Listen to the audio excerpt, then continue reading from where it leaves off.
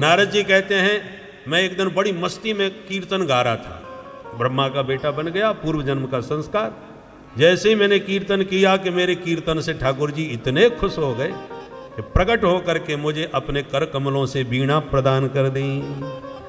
देवदत्ता मिमां वीणां स्वर ब्रह्म विभूषितां मूर्छयित्वा हरिकथां गायमानश्चराम्यहम्।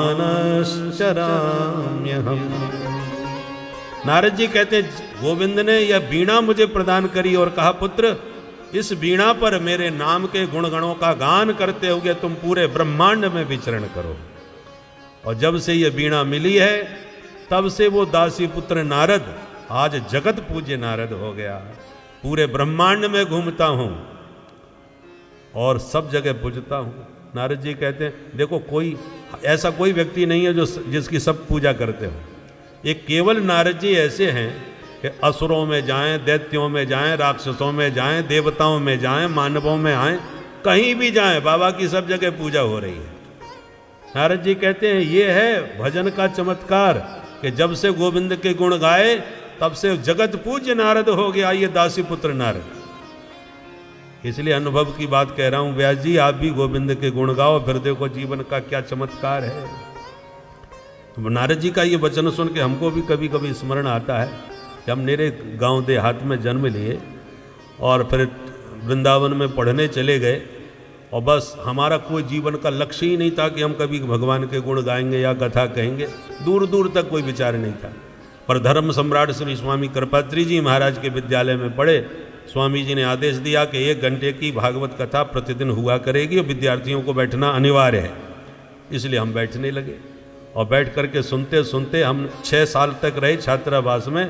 तो 2 वर्ष में 1 भागवत की आवृत्ति हो जाती थी, तो 3 आवृत्ति बैठे बैठे हो गई वहीं छात्रावास में 1 घंटे की कथा से।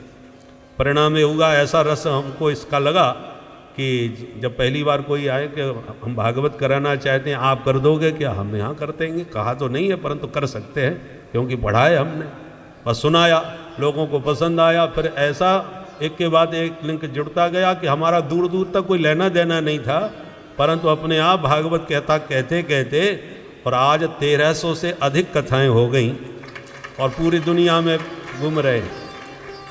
और यहाँ के बाद भी अब सीधे अमेरिका जाएंगे और पूरे 2-2.5 महीने तक उधर कनाडा आदि देशों में घूमना होगा। तो जहाँ दूर दूर देशों में लोग लाखों रुपया खर्च करके जाते हैं वहाँ अपने राम का कहीं दूर दूर तक कोई जान नहीं, पहचान नहीं, परिचय नहीं, परंतु भगवान की कथा के प्रभाव से अपने आप दुनिया के लोग बुलाते हैं, जाते हैं और चकाचक पूरी दुनिया घुमा करके वापस भेजते हैं। तो ये सब क्या है? हमारी कोई योग्यता नहीं है, इसमें केवल भगवान के गुणानुवाद का चमत्कार है। जैसे नारद जी कह रहे हैं गायमानस चराम्य हम, केवल प्रभु के गुण गाते गाते नारद दुनिया में घूम रहे हैं, पूरे ब्रह्मांड में पूज्य हो रहे हैं।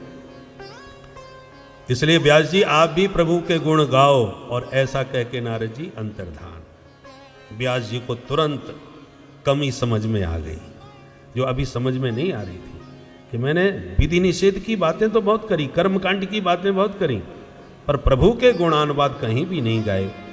तब व्यास जी तुरंत अपनी व्यास गुफा से बाहर आए। बद्रीनाथ के ऊपर व्यास गुफा है, नीचे सरस्वती नदी का प्रवाह है, तो नीचे उतर के पहले सरस्वती में स्नान किया, फिर अपनी गुफा में बैठ के गोविंद का ध्यान किया और ध्यान करते ही भागवत की भागीरथी हृदय में प्रवाहित होने लगी। व्यास जी ने गाना चालू किया, भागवत के श्लोक गाते गए। सामने गणेश गुफा, गणेश जी ने लिखना चालू कर दिया और देखते देखते 18,000 श्लोकों का ये पावन ग्रंथ प्रकट हो गया। बोलो भागवत भगवान की जय। इस दिव्य ग्रंथ को पा करके व्यास जी महाराज बड़े प्रसन्न, बड़े गदगद, मन प्रसन्न हो गया इस 18वां पुराण श्रीमद् भागवत को पाकर। फिर मन में विचार आया इतना सुंदर ये परमहंसों की संहिता है तो सबसे पहले किसे सुनाऊं? किसी परमहंस को ही सुनाना चाहिए। तुरंत याद आ गया मेरा बेटा सुखदेव जो जन्म लेते ही परमहंस बन के चला गया था, उससे बड़ा परमहंस कौन होगा? पर वो तो न जाने कहाँ गुफा में घुसा बैठा होगा, मैं कहाँ ढूंढने जाऊं उसे। तब व्यास जी ने 4 चेला तैयार किए, 2-2 श्लोक चारों को रटाई दिए, चारों दिशाओं में घुमा दिए। तो जिस गुफा में सुखदेव जी ध्यान मग्न बैठे थे निर्गुण ब्रह्म की सत्ता में, उसी गुफा के द्वार से गाता हुआ एक चेला निकल पड़ा और वो ध्वनि सुखदेव जी के कान में पड़ी, जिसमें भगवान के रूप माधुरी का वर्णन था। बरहा पीनम नटवरवपु कर्णयो कर्णिकारम् बिभ्रदवासः कनककपिशं वैजयन्तीं च माला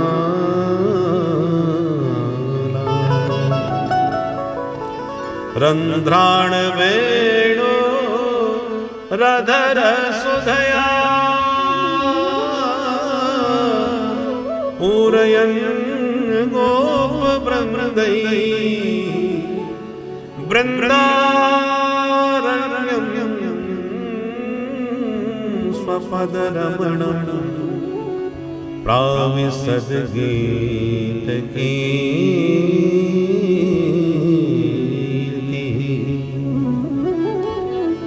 श्रीमद् भागवत के 10वें स्कंद के 21वें अध्याय का 5वां श्लोक, जिसमें वेणु गीत के अंतर्गत गोपांगनाएं गोविंद की रूप माधुरी का वर्णन कर रही हैं कि मोर पंख का मुकुट जिनके सिर पर है, अधरों पर जिनके वेणु हैं, पीताम्बर फहरा रहा है, मंद मुस्कुरा रहे हैं, गैया चरा रहे हैं, ग्वालों से घिरे हैं और ऐसे मंद मंद मुस्कुराते माधव वृंदावन में प्रवेश पा रहे हैं। सुखदेव जी के कान में जैसे ये ध्वनि गई कि मोर मुकुट बंसी वाला उनके चित्त पर चढ़ गया, उनके हृदय में उतर गया। और इनका नाम ही कृष्ण है, करसतीति कृष्ण। सुखदेव जी के विशुद्ध चित्त को खींच लिया गोविंद की रूप माधुरी ने। तो सुखदेव जी तुरंत अपनी समाधि से बाहर आए। हरेर गुणा क्षिप्तमति, पर जैसी मन में आया कि इतना छैल छबीला है, एक बार चल के दर्शन तो करें, मोर मुकुट वाला कौन है भाई। पर तब तक विचार बदल गया। ये मन जो है ना, संकल्प विकल्पात्मक है तो बड़ा सुंदर छैल छबीला। हम दीवाने बन के दौड़ के मिलने जाएं और वो हमसे सीधे मुंह बात ही ना करे, उसे फुर्सत ही नहीं मिलने की, तो हम तो ना इधर के रहेंगे ना उधर के। इसलिए हमको किसी के चक्कर में पड़ना ही नहीं है। अपने मन को समझाया और पुनः ध्यान लगाया, और जैसे ही ध्यान लगाना चाहते हैं बंसी वाला बार बार ध्यान में आके खड़ा हो जाता है।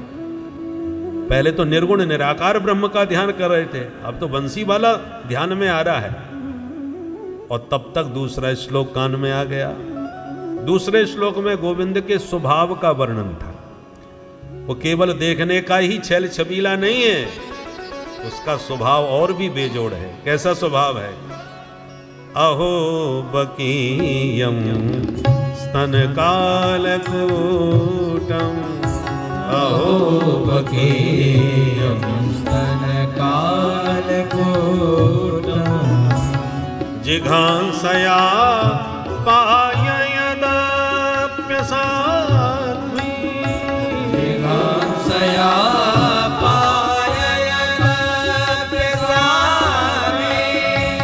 लेभे गतिं धात्र्युचितां ततोऽन्यम्, लेभे गतिं धात्र्युचितां ततोऽन्यम्, कं वा दयालुं शरणं व्रजेम, कं वा दयालुं शरणं व्रजेम, अहो बकीयं गमदनि सनि नम गम गम गम गस, अहो बकीयं स्तन कालकूटम, गमदनि नम गमदनि सनि नम गमदनि सग सनि नम गम गम गम गस, अहो बकीयं स्तन कालकूटम, जिघांसया पाययदप्यसाध्वी,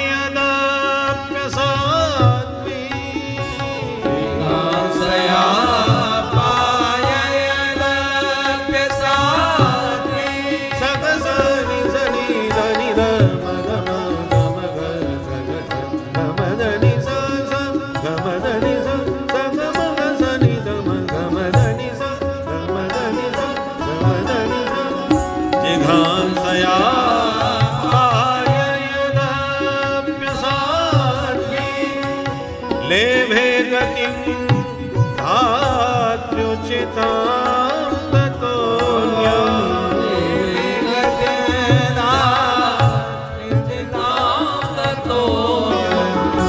तं वा दयालुं शरणं व्रजेम तं वा दयालुं शरणं व्रजेम शरणं व्रजेम शरणं व्रजेम। इस श्लोक का भाव है कि अहो आश्चर्यम इयम बकी असाध्वी अपि। बकी माने पूतना। कितने आश्चर्य की बात है कि जो राक्षसी पूतना प्रभु को विषपान करा के मारने की दुर्भावना के साथ आई थी। जिघांसया पाय यदप्यसाध्वी। जिघांसया माने हंतुम इच्छा। भगवान को जहर पिला के मारने की इच्छा से पूतना आई थी, पर फिर भी भगवान कितने दयालु हैं। लेभे गतिम धात्रुचिताम। धात्र्योचित माने माँ को जो गति मिलनी चाहिए थी वो मौसी मान करके राक्षसी पूतना को प्रदान कर दी। भगवान बोले बुरी भली जैसी भी हो मेरी मौसी है, क्योंकि मामा जी की मुंह बोली बहन है। मामा कंस, उनकी मुंह बोली पूतना, तो मामा की बहन कौन हुई? मौसी। मौसी मतलब माँ जैसी।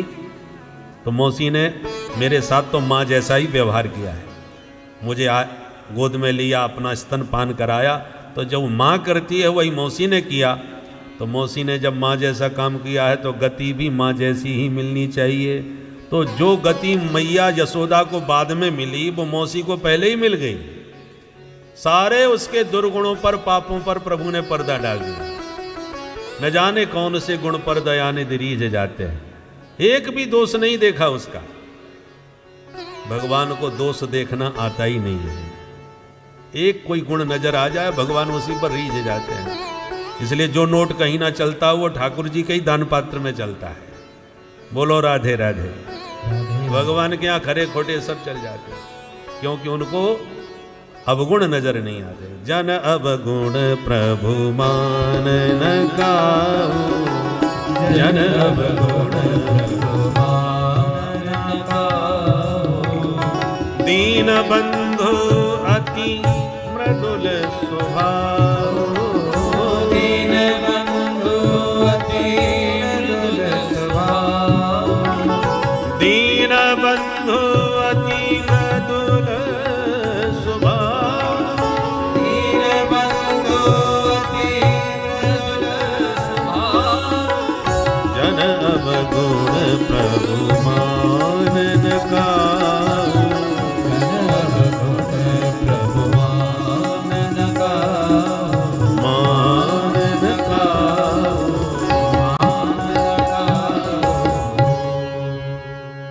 तो इस प्रकार जब ये श्लोक सुना सुखदेव जी ने तो एकदम दीवाने हो गए कि भाई इतना सुंदर और इतना सरल स्वभाव। तो हरे गुणा क्षिप्तमती भगवान वादरायणी। गोविंद के गुणों ने दीवाना कर दिया सुखदेव जी को। दौड़े दौड़े बाहर आए गुफा से, भैया बड़े प्यारे प्यारे श्लोक गाए, जरा दो चार और गुनगुनाओ, बड़ा आनंद आया। चेला ने हाथ जोड़ के कहा हमारे गुरुजी ने बस दो ही सिखाए थे, हमने आपको दोनों सुना दिए भाई। अब ज़्यादा सुनने का मन हो तो चलो हमारे गुरुजी के पास। कहाँ है भैया, ले चलो। और तब भागे भागे सुखदेव जी आए और अपने पूज्य पिता के चरणों में प्रणाम किया। क्या प्रभु ये प्रसाद जो इनको मिला है वो मुझे भी मिलेगा क्या? तुरंत सुखदेव जी को गले लगा लिया व्यास जी महाराज ने, और मन में सोचने लगे इसके लिए पागल बना मैं भाग रहा था इसके पीछे पीछे, और धन्य है प्रभु के गुणों का चमत्कार जो खुद ही खिंचा हुआ मेरे पास आ गया चुंबक की तरह। मछली पकड़ने वाले क्या करते हैं, एक डोर में एक कांटा लगाते हैं टेढ़ा, और कांटे में आटा लगाते हैं। जहां पानी में डाला मछली आटा खाने आई, कांटे में फंस गई। और मछली को फंसाने वाला जो कांटा होता है वो कैसा होता है, ऐसा जैसे कृष्ण शब्द में का के नीचे री लगाई जाती है ना, बिल्कुल कांटा उसी रिकार की तरह होता है। ऐसे ही ये कृष्ण जी, कृष्ण कन्हैया भी हैं, ये भी तीन जगह से टेढ़े रहते हैं। इन्हें भी फंसाने के लिए रहते हैं। अपने चितवन से, अपनी रूप माधुरी से, अपनी गुण माधुरी से, एन केन प्रकारेण जीव का मन रूपी मछली जो संसार सरोवर में किलोले करता भाग रहा है, तो गोविंद अपने गुण गणों से जीव के चित्त को, मन को मछली की तरह फंसा करके खींचते हैं बंसी बजा के। वैसे मल्लाहों की भाषा में उस कांटे को बंसी कहते हैं। बंसी में मछली फंस गई। हमारा जन्म नदी किनारे है, इसलिए हमने नदी में खूब बचपन से नहाए धोए, तो वहाँ देखे हमने, मल्लाह कहते थे हमारी बंसी में मछली फंस गई। तो ये भी बंसी वाले हैं, ये भी हमारे मन रूपी मछली को फंसाने के लिए ही प्रकट हो गए हैं। बोलो राधे राधे।